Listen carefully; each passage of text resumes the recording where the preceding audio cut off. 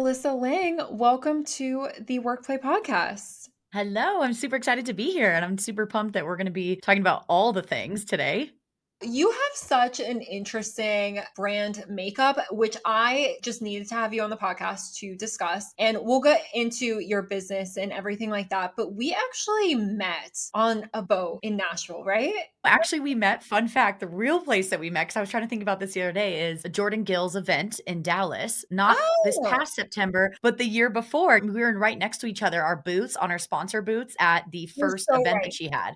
Yes, you are absolutely correct. And I remember when I met you at that event, you were just like this ball of energy. And then when I got to know you more in Nashville on the boat, Yep. I Yeah, was like, that was more intimate. yes, I was like, oh my gosh, this girl is so cool. I love her. So let's just give everyone an introduction as to who you are and your business. My name's Alyssa Lang, and I've been in the entrepreneurial space since like probably 20, I always forget the year. It's 2017 or 2018. Like I have to go back to the timeline.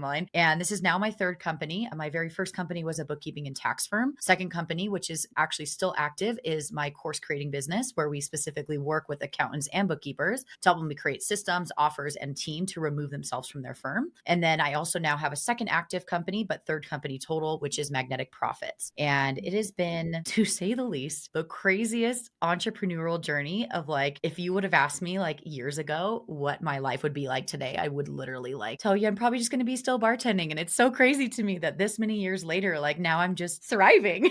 What makes you say that? Like when you look at your career trajectory, is it because there's a lot of high lows? Like why do you say that?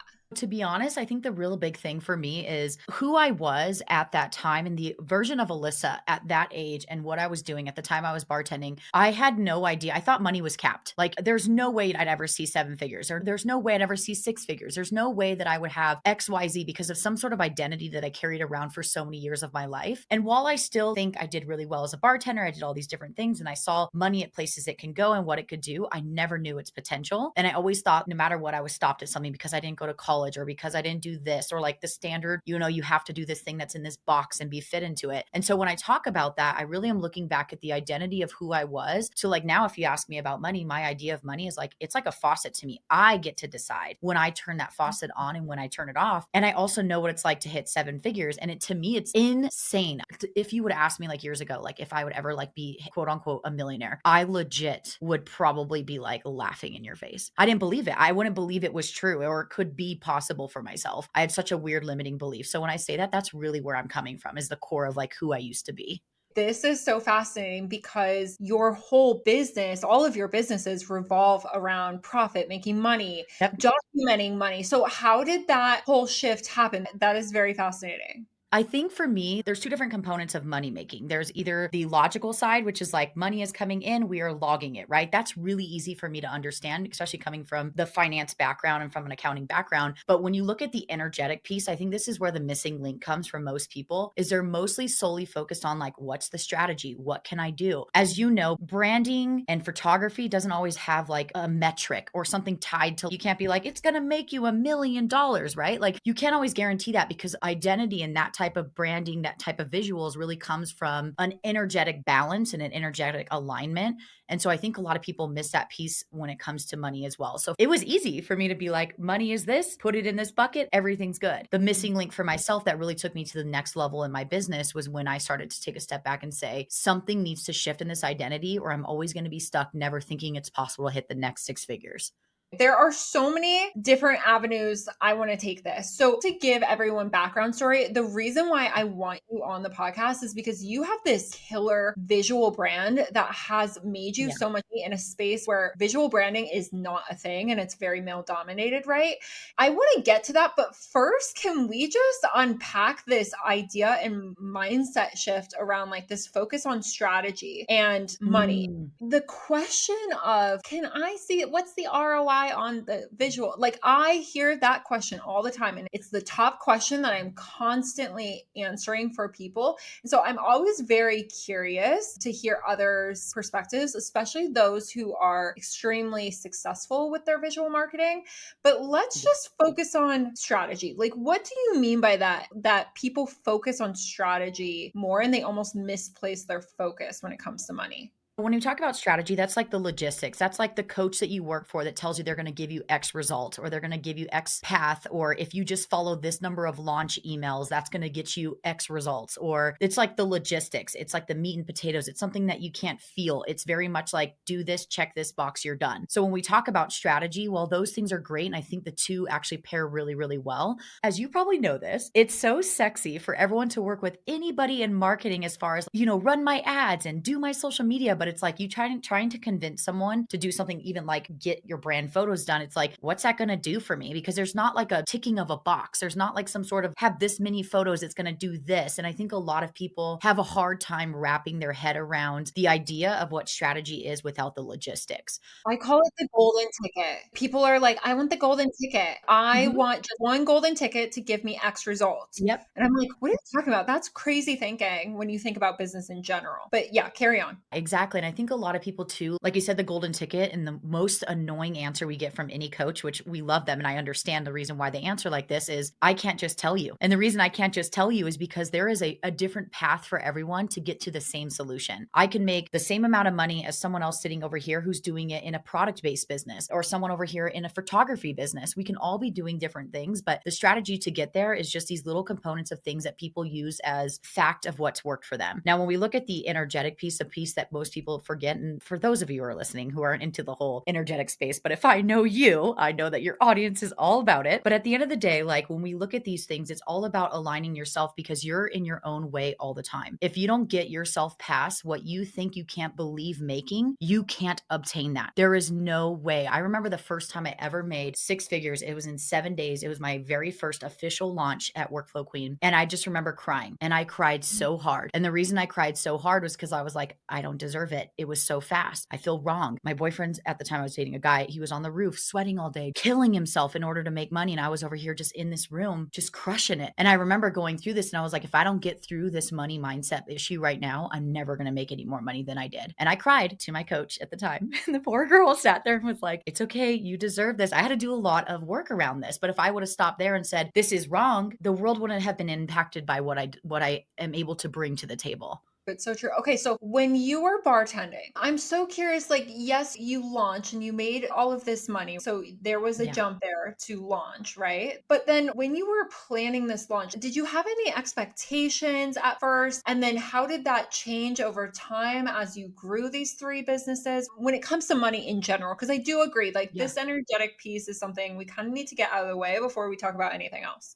Totally. For Workflow Queen specifically, so this is the second business, our course creating business. No one bought. I think we had two people for 8 months when I first started the company. Nobody knew who I was in the industry because the reason I created that company was because of a gap that I had seen in the industry for the accounting space. The big thing that I was missing when I was running into problems in my own firm, I grew so fast, which was so amazing and incredible. There was no one out there teaching systems specific to the accounting space. No one out there talking about how to build your team. It was all very business generic. And so that's when I started going down the rabbit hole to learn it for myself for my own firm. When I did that, I saw that other people in the accounting space also needed that same thing. So I created Workflow Queen. And of course, like when you start a company and you're like, pay me for my knowledge, everyone's like, wait, I have to pay you? Like, wait, what? Like I thought it was going to be like free information. What I found out and why it's so unique about like my branding, marketing, all that fun stuff we're going to talk about today is I knew down to my absolute core, I had a solution for the accounting industry that can truly change the way the industry ran when it came to systems, offers, and team. And what I did deep down, I almost gave up after like 6 months. I was like, no one's going to buy. I just need to go back and just focus on the firm. At the time, my team was running the show at the firm. And I remember just being like, nope, I just need the right person who knows how to market correctly to learn underneath them and therefore input everything. So I hired a coach at the time to learn how to launch, learn how to market. Come on, I come from a referral based industry. I didn't know what a sequence was. I didn't know what a funnel was. I had to learn all these things from scratch. And I remember just being like, Alex, her name was Alex, I will literally listen to anything you tell me to do. I will implement it. And I did. And I remember she almost didn't accept me into her group coaching program because I was technically in her eyes a little fish and she only worked with like 7-figure businesses. In my application though, I was like hardcore on the keyboard with that little cat meme that you see, just like, I swear to my life, I'm going to be that person who's going to change your like view of like little fish and like whatever. And she took a chance on me and I am literally her golden child. It's insane. Okay,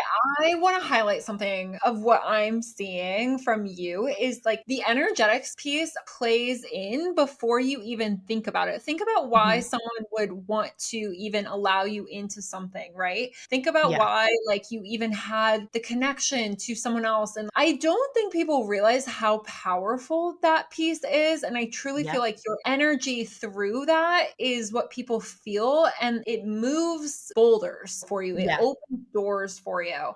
So I just wanted to highlight that. But it sounds like you need something disruptive. Yeah. You need to follow a formula. If you don't know what the heck you're doing, like find a system, follow it. And it sounds like this next piece is the energetic piece once you have the formula. Yep, 100%. And that was going back to the whole that was my first launch once I figured out the strategy. As soon as I made it, and like I said, I went into it not knowing the capability. I literally set a goal of like 30K. I remember sitting there and like all the other girls were setting over six-figure goals because it was like very small. It was like 10 other women in this little group coaching program. And I remember being like 30K, and like I remember one woman, her name was Louise. She was like, "Alyssa, you need to bring that up to six figures." And I like wanted to throw up in my mouth because it was like the idea of making that much in one short period of time. I mean, it took me like a year to make that kind of money inside my firm. To me, that like the trade in the exchange, also, I grew up with a dad who had to like kill himself in order to be able to like bring in cash. And like the idea of like what society told us, like hard work equals lots of money, when like I just didn't understand it at that time. And that's when the energetics piece came in, because if our launches have now gone up to like our biggest one has been 446K in 1 week period, they've just gotten bigger and bigger. But now like I have no shame around what we sell because I am changing lives. It's not just a number to me. Yeah, well, it's created my home, it's created my favorite things in the world, and I can travel and do all these things. But at the end of the day, it's impacting someone somewhere.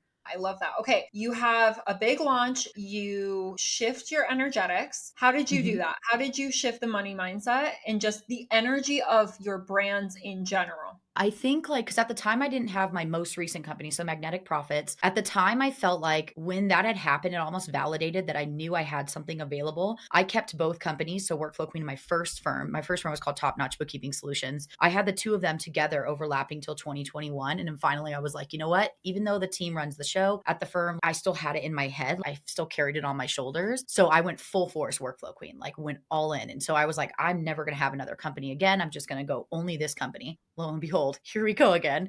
A year later, I was in a lot of masterminds for other course creators, and they were like, I would always talk about the things that we did with the cash after, because I see in a lot of these other groups of other course creators where typically what they do is they bring in all this cash and they immediately start spending, hiring, do this. And they're like booking all these things. I'm like, did you set aside 30% for your taxes? Did you even think about these types of things? There, people just don't know what to do with this, all this influx, or they're doing this feast and famine of constantly launching because they're constantly running out of cash. And I would just give advice because I love to just be helpful. And then I had so many other course creators like beg me, Alyssa, I would do anything for you guys to track the numbers again, strategize. I was like, no, I like resisted for a full year until I was like, I caved and finally said, okay. And that's how this company was born. And I've noticed my trend over the years with the companies is I've always found like a hole or a problem and have filled it without realizing it until someone actually called it out to me and said, you realize that all your businesses were filled by little gaps and you were just so aware of all these things that people needed and you just kept filling them. And I'm like, oh, wow, that may be my superpower. I love that. And how do you fill those gaps while not burning out? Or did you have burnout?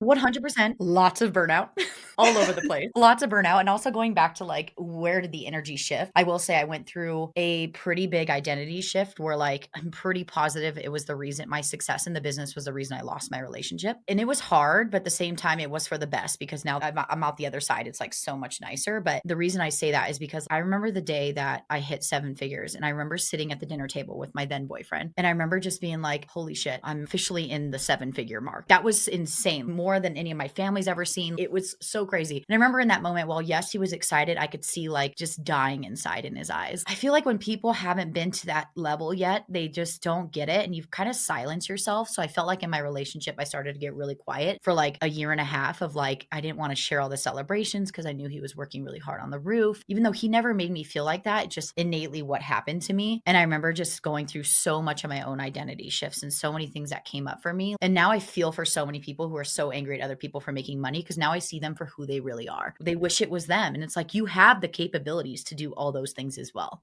Yeah, even just that you had to push through with your own self, you start to have empathy for people who don't Mhm. have the awareness that some of these money blocks are around them and how it's affecting them energetically again. Okay, something that I noticed right off the bat when I first met you, when I got to know you even more in Nashville, was like you are a ball of energy. You're fun. Do you intentionally cultivate this? And then how does that translate into your visual brand? 100%. It really goes into all things that I do because, like, you go back when you were talking about at the very beginning of the episode, in the accounting space, I'm in a very male dominated space. And it's normal for you to most likely have a CPA that is a dude. Like, I love to love men, but sometimes the whole mansplaining thing is not my favorite thing in the world. And I'm sure you also can understand that as well. But I will say that for me, like taking a step back and just recognizing that I am exactly who I am, because for quite some time, I really silenced myself. Like, don't be too loud, because I would get hate on my Facebook, like ads when I first started, especially Workflow Queen. The more I started to be in front of other accountants and bookkeepers, I really started to get a lot of hate from men. And now, like, one, that never really happens because the algorithm does a really great job for us. And two, we mostly attract women from our branding. So going back to that was very strategically set up the way it was. But also, it was just taking a step back and understanding that the visuals that I want to represent and what I want to put forward was what I wanted people to feel. I wanted people to feel energetic as well, because let's be real, accounting, bookkeeping, finances is not sexy unless I'm telling someone I can help you make $1 million or make a certain amount of money. That's when it's sexy. But other than that, we live in such a boring industry that I wanted other people to be like, we have a thing called, I coined this one time in Vegas a couple years ago when I was speaking on stage. We call ourselves Bookkeepers Gone Wild. I got like a party bus with a stripper pole and I was like, we are Bookkeepers Gone Wild. And this is what we're going to be known for. It's so much a brand experience. Like whenever someone Yep. is able to bring their brand to an in-person experience and really personify it, I just think people tap in so clearly to it. You said something very interesting. It's you are creating visuals for how you want people to feel. Yep. You are preaching to the choir. I have been preaching this for years, ever since WorkPlay branding's inception, because so many people go at it from the more literal standpoint of the visual. Like, Mhm. if I do this, I need to show this, because Yeah. if I don't do that, then my people won't get it. But what you did was, no, I'm going to cut through the noise with my visuals. And Mhm. so when you're going through that process, how do you know if that's the right step? And I'm asking that because so many people ask us that in workplace branding. It's like, well, how do I know it's going to work? How do I know if people are Mm. going to resonate with this? I think at the end of the day, this is one of those things where you just have to test it. It's like one of those things that, like, sometimes you will not know. And sometimes I cannot give that answer. And I'm assuming that's probably the same for you guys, that like sometimes we can do all the market research in the world. You guys can do everything that you can to look at visuals of the industry. You can map everything out. You can do the strategy, the logistics, but deep down, it all comes down to, why don't we just play with it? How are people receiving it? I knew that I made it with the visuals. I'm doing bunny ears. Not everyone can hear bunny ears, but you could see it. I remember the day that I knew our visuals were taking us to the next level, when a lady with purple hair, she was probably like 70, came up to me. It was actually in the event I spoke at called BKX. It's for accountants and bookkeepers. She comes up to me. I'm having mid panic attack, by the way, because I'm about to go on stage. I've never spoken publicly. It was like 800 people. I was like freaking nervous as hell. My friend Serena's doing breath work with me so I don't have a freaking heart attack. And this little old lady comes up and her name's Lauren. And she's like, are you Alyssa Lang? And I was like, yeah, I am. And she goes, my name's Lauren. I'm in your, one of your programs. And I was like, oh, well, thank you so much. And I'm pretty good at remembering my students just by their little Facebook icon. And she's like, I just wanted to share with you that you're the reason why I dyed my hair. For so long, I was told that because I was an older lady, I wasn't allowed to be this person. There's this expectation. And you made me realize that I can be exactly who I needed to be. And you just doing your red hair and just being out there and encouraging us to do the same made me. So now I'm not panicking anymore. And now what I'm doing is crying. Oh my God, this is so sweet. I'm literally about to go on stage. And I remember just being like, it was the most pristine time for someone to come up with me and share that story. Because one, it made me realize that while this fear hurts and while it's scary for me to go up on stage and speak, there's a bigger reason why I'm making an impact. And that's how I knew my visuals were actually making a difference in the world. It's so interesting because this fear of being seen, I see this a lot just with potential WorkPlay members, current WorkPlay members. This idea of whether it's a stage, whether it's a camera, when you show up and you are intentionally putting yourself out there to be Mhm. seen, there is naturally a lot of fear, especially if you're doing something different, especially if you're doing Yeah. something not normal, quote unquote, normal in your industry, Yeah. which is what you were doing as well. I would have to assume that you have to have a really strong sense of who you are. Is that fair to say? And how did you get to that place? Like, how do you get clear on who you are so you know what to show? I think it's a little delicate balance of like, I'd say 75% of knowing who you are, but 25% of being willing to be uncomfortable. Because I think that a lot of people think that you have to know everything about yourself to do something. But I think that that's where the mistake comes because that's called perfectionism. We have to be perfect in order to get to the next thing. To be really transparent, like I've gained weight over the years and I have always been like a little bit more self conscious. And I have to keep reminding myself that while I'm not where I want to be, the other 25% is just being uncomfortable and just allowing myself. And uncomfortable doesn't have to be like this gross thing. It's just, what do they say? Like growth comes from you being the most uncomfortable version of yourself. And I truly believe that a portion of that is just really stepping up and believing who you are. I will say for quite some time growing up, I was always kind of, I don't want to say silence because I don't want my family to be somehow perceived wrong. But when I say that, I always had so much energy. I was always just so like out there and just, it's just Alyssa. Like so many things I grew up with that always made me feel like I needed to be silent and I needed to be quiet because I'm too loud or I'm too this or too that. And it really carried into my adult life. And it's still something that I'm working on with my energetic lady, Karen. Thank God for Karen. So she's helping me work through that still as like a 33-year-old adult. It will get easier, but essentially it was really rough at one point. And it didn't help that these people were telling me to be a certain way and making me feel like I had to be. And I did at one point start dressing up with more of a suit and long sleeves so no one could see my tattoos and I stopped dyeing my hair red and like I just stopped being loud. And then I realized that at the end of the day, the best people I've ever attracted in my life were the people that I was so authentic in who I was. So I realized that if I can also present that in my business for my business front, we can attract the type of clients that I actually want to go. I just went to Amsterdam with one of my clients. Like I want to go to Amsterdam with my client or have one of them come visit. Like if I want to, why do we have to do these things where people say you can never see your clients beyond just a client? So for me, I just stopped trying to fit myself in that little arena, in that little box. I want to kind of take it back to when you said you're working in a very male dominated space. I think that's very relatable for a lot of women out there. Mhm. It almost seems like people's biggest fear is what people are going to say. And I can only imagine working in a male dominated space that is amplified. How did you get over all of those accountants on your ads saying those things? I mean, that is intense, especially when you're Yeah. doing something new for the first time and you're putting yourself out there visually in this new way. How do you get over what people will say, especially if it's male dominated and you feel like they have almost a leg up or the playing cards? What's that thing of like the blue car theory that if you think about blue cars, you'll see blue cars everywhere. So if you're thinking about negativity and you're assuming it's going to happen, you're always going to see negativity. I'm pretty sure it probably still exists. Yes. Just ignore it, like, is one thing I'll say. So just put your blinders up. It's a great tip that I'll probably give anybody. Number two, I really do think that this is where, when I realized how much I triggered people, I realized how much I wanted to amplify the thing that triggered the people. So let me take a step back. If the thing that triggered all these men to feel a certain way was this color and this loudness and this, but then I had over here, because most people are so focused on the negative part that they forget about the 75% of people who are, you're changing their life because you're doing this differently. When I started to realize that this is the thing that got these people frustrated, but then also made these people happy, I just amplified it. So it turned into, fine, we've got way more pink, we've got way more purple, and magnetic is pink and green. Like there's so many different colors that like now we're just like, you know what, fine. Because if that's telling me that I'm excluding you out of my audience, you might be triggered, you might be frustrated, but at the end of the day, like you're not going to work with me because you don't like a color I chose. That's cool.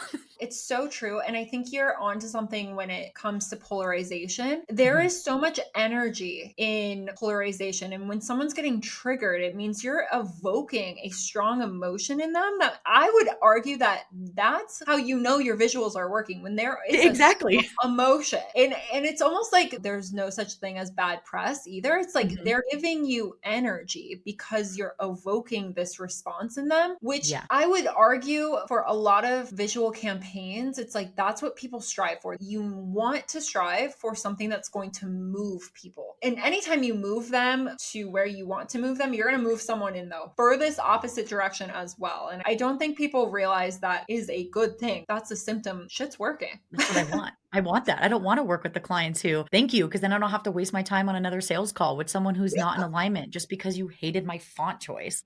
I don't understand when you're putting yourself out there and you lose followers. You're like, it's not working. I'm like, no, that means it's working. That means like Yeah. those people were not your people, especially if you created the visuals or created the marketing very authentically. What would you say is the formula for attracting through visuals the people that you want? Because you do that so well. What are the things that we need to be doing in order to amplify it, turn on the faucet when it comes to that? I think it just depends. Like for us, we have like not only our front facing visuals. If you go to any of our Instagrams, like of course you're going to see pictures of me, and they're my fun fact, my brand photo shoot from 2021. And we're still reusing the same photos. Girl, I need to get you a new shoe. We I need to know. do I knew if I told you that on this, you're going to be like, we're going to make it happen. I promise it will. I promise. So here's my little tip that has worked really well for me to maximize our brand shoot that we did. So we did like, I think 6 or 7 different locations is what we did for the brand shoot. What we do is each quarter, we cycle through each of those visuals from that part of the photo shoot.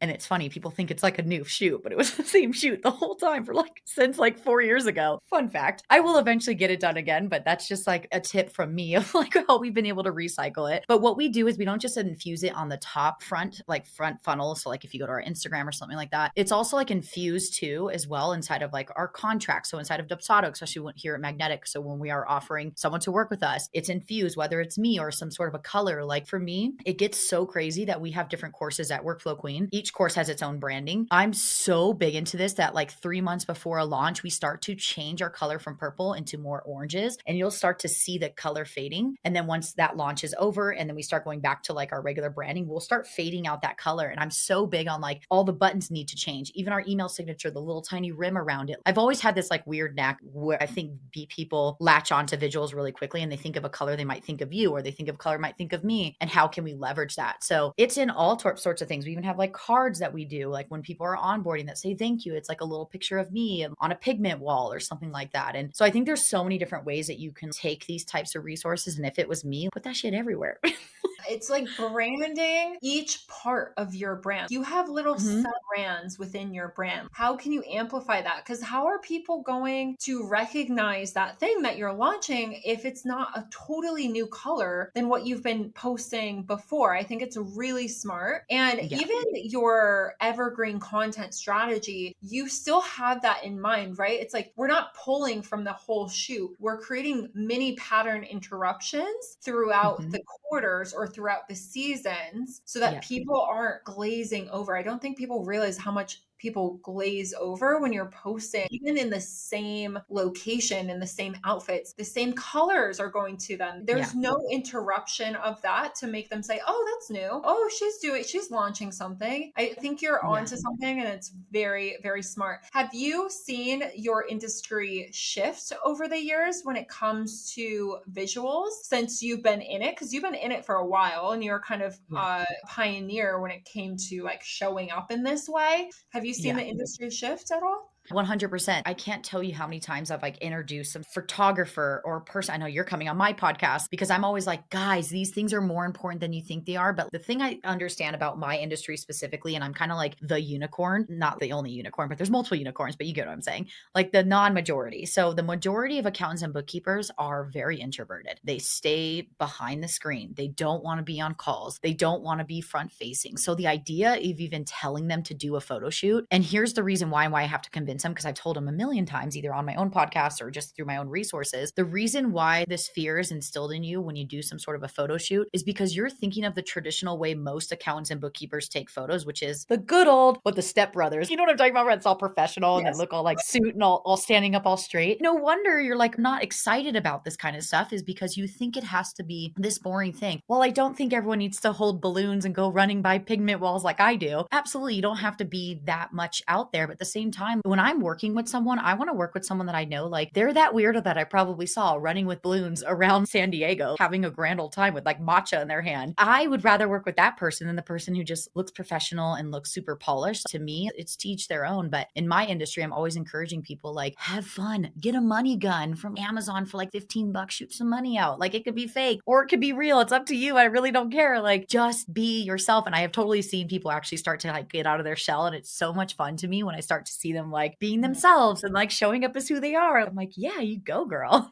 It's reminding me of a visual marketing hot seat that I did a few Mhm. weeks ago in DC. And one of the women there, she was exactly what you were explaining. She was terrified. She hated the idea of Yeah. showing up in like a crazy, she hated the idea of showing up in general. And Yeah. what I told her is you get to determine the narrative when you intentionally create these visuals for the brand. Yep. You get to make it authentic for you. And Yep. so if being authentic for you is like you've got a money gun and you've got balloons and that's going to shine through. But if being authentic to you means maybe just showing up in a way that feels comfortable just the first time for you, like you get to step outside of your comfort zone in baby steps if you want to. And I Yeah. always tell our creative directors, and they're trained to do this with WorkPlay members, is like, see where the WorkPlay member is right now. Like, where is their vision? Our job is to just slightly take them out of their comfort zone, not all the way over here,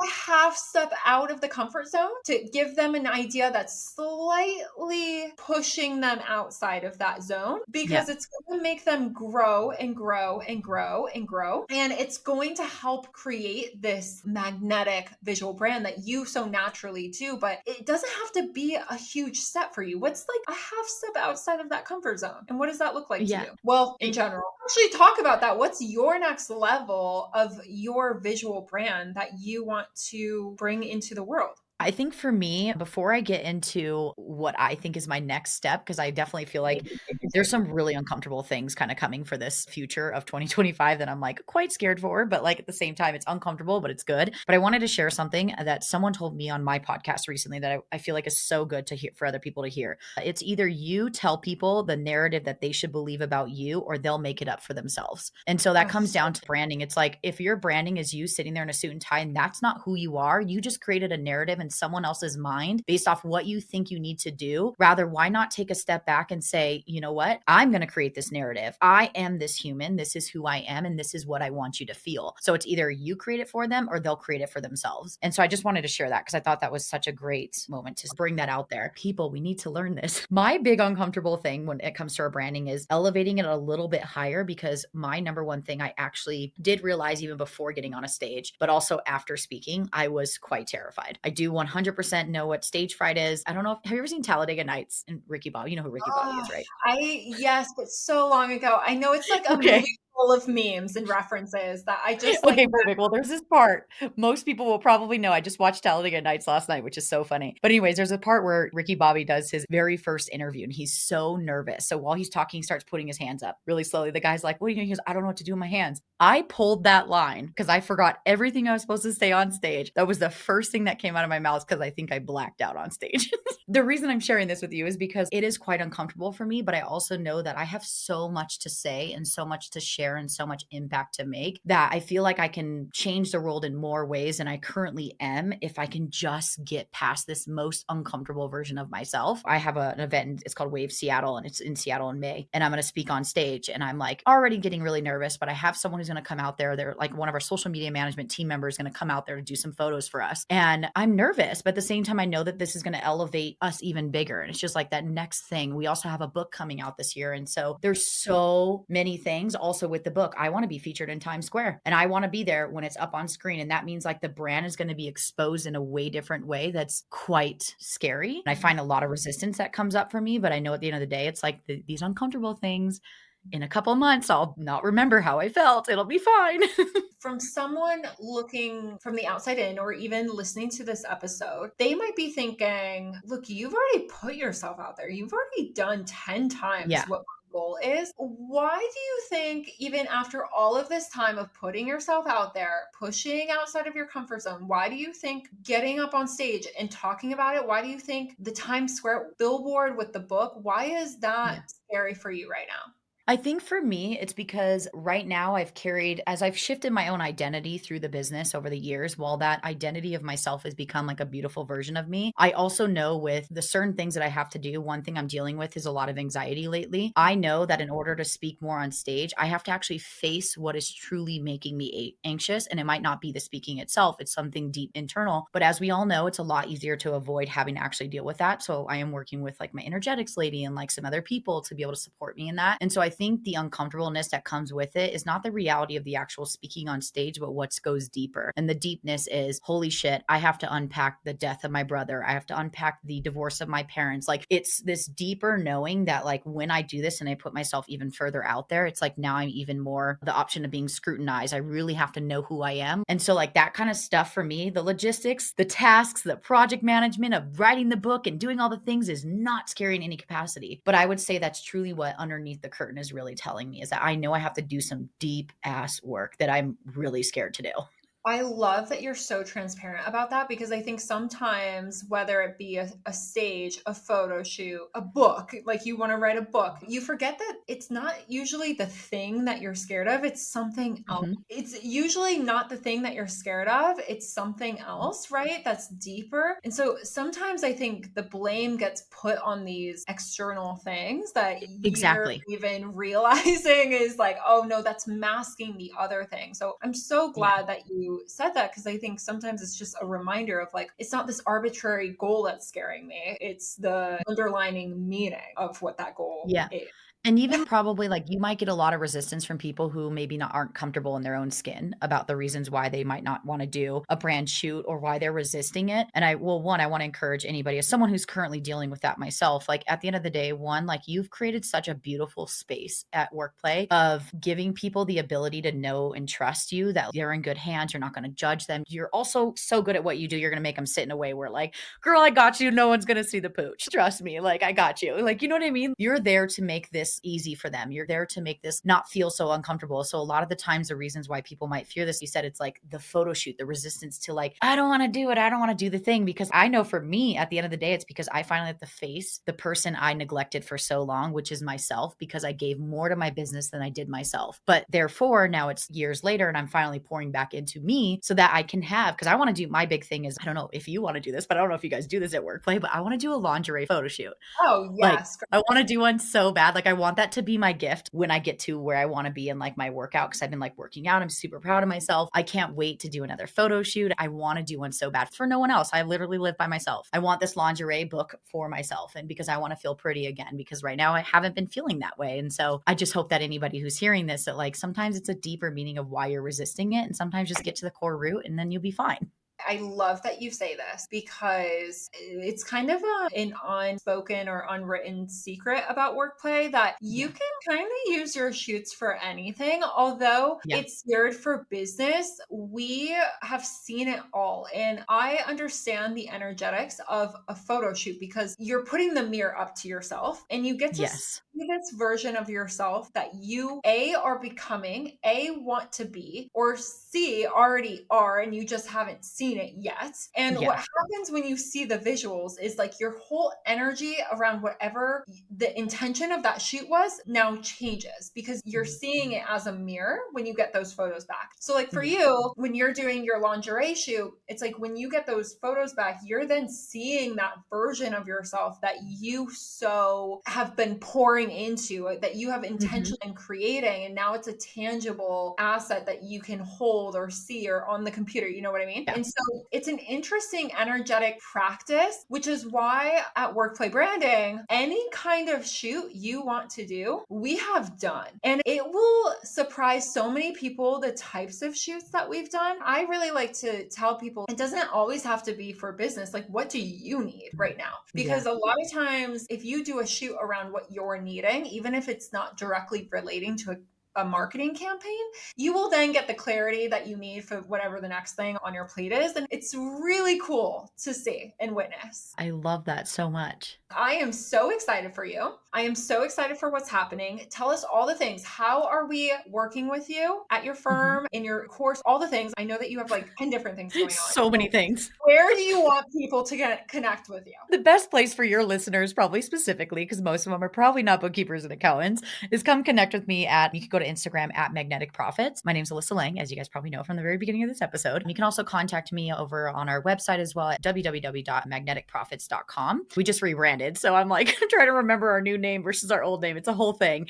Other than that, I'm a super big open book. Like Lyric said, I really genuinely just like to connect with people in general. I think it's just so much fun. So just come send me a voice note. I love my voice notes. I mean, me and you are going on jamming over there all the time. Other than that, you can come work with us at the firm if you need any financial strategy. We don't do any taxes. I always like to preface that from the beginning. We mostly focus on the really amplifying your business, saving you money and profits, all that fun stuff. We also do bookkeeping as well. So if you just want the record keeping to make Uncle Sam happy, then you're good to go. Other than that, you can just come into my role and just see how we can support you. If we can't support who you want to work with, I will connect you to a CPA or whoever you need. I'm well connected in the accounting space. Thank God for the other companies. So I'm more than happy to connect you guys to whoever you need support from. Amazing. And I'll make sure to have everything in the show notes, all linked so that you guys know exactly where to find Alyssa. Thank you so much. Yeah, thank you.